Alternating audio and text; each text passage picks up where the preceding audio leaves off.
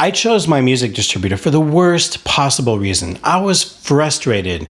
I wanted something simple, and I didn't do any homework, like none. I had a bad experience with CD Baby. I got annoyed, and I moved to DistroKid because it felt easy. That was the decision, like not research, not comparison, not strategy, just like, I need something that works. And at the time, that felt reasonable. I mean, I thought a distributor was basically the company that just puts your music on Spotify, Apple Music, everywhere else, and that was more or less the whole job. Upload the music, collect whatever shows up, move on. That's how I was thinking about it.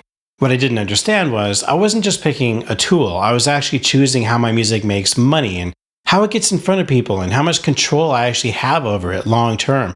And I didn't understand that at the time. So this isn't like a best distributor video. I'm not trying to hand you a winner.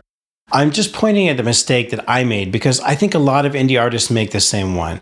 They don't choose badly, they just choose too early, and they decide before they understand what they're deciding at all. Once I stepped back and looked at it properly, I realized I've been asking the wrong question. I was asking, what's the easiest way to get my music online? And that sounds practical, and yet it isn't the main question.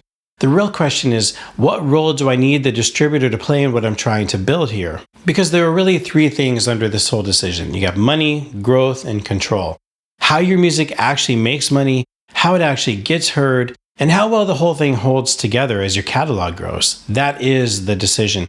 And depending on the distributor, you're either getting help with that or you're handling much more of it yourself. And neither is automatically wrong, but they're definitely not the same thing. Let's start with money, because this is where I was the most simplistic. I mean, when I moved to DistroKid, I wasn't thinking about income in any real way. I was just thinking about Spotify streams and Apple Music and whatever trickles in, fine, And that was the level of thought. No model, no map, no sense of where money actually comes from. Just put it out and see what happens. Which is not analysis, of course. It's really just delaying it because streaming is just one lane, one. I mean, there's UGC, there's sync, there's publishing, there's all these other paths depending on what you do and how involved you want to be. I wasn't thinking about any of that, and that matters because some distributors are built to do more than just distribute.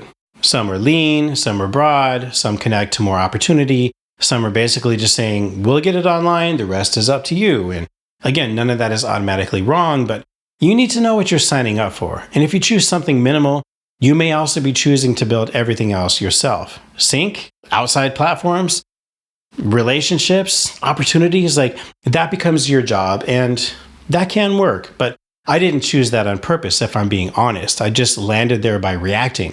I wasn't asking, what income paths really matter to me and what do I want help with? I was just asking, what feels easier right now? That question doesn't help much. So when people compare pricing and something is cheaper or simpler, okay, that matters, but cheap and simple are incomplete categories. Sometimes simple just means efficient, and other times it means there's literally less there, and those are definitely not the same thing. The second thing I underestimated was growth. I thought if the music was strong enough, it would find people, put it out, do good work, stay consistent, and it connects over time.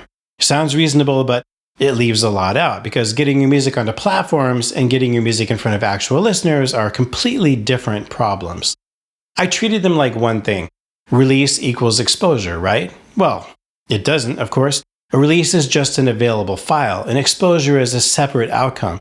And if nothing is helping bridge that gap, then it starts to feel like you're putting music into this very organized void. And a lot of artists assume that means the music has been judged. And I'm here to tell you, it hasn't. A lot of the time, it just hasn't been surfaced, and those are different situations.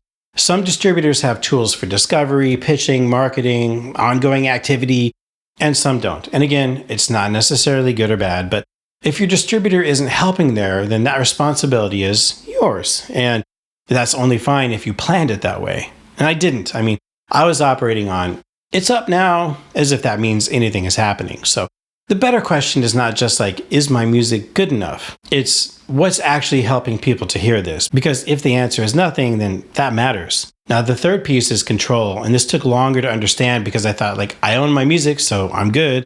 My name's on it. I have the rights.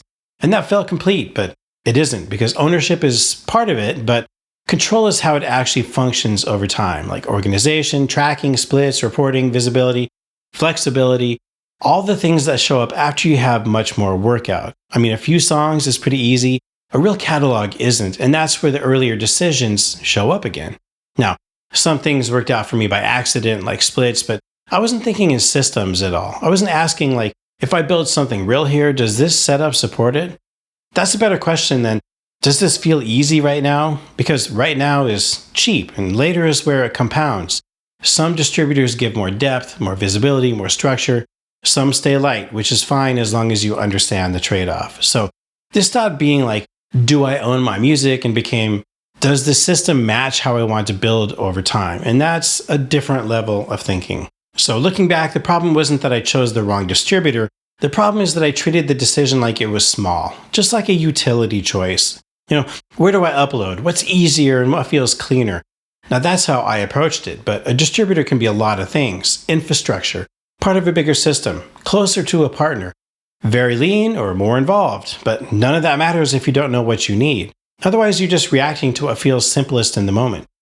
That's not the same as choosing well. So if you're figuring this out, slow it down just enough to be specific and think about what income paths matter and what help do you actually want and what do you want to manage yourself. And if you can answer those, the decision gets so much more clear. And if you can't, that tells you something too. And if you've already chosen something, well, same idea.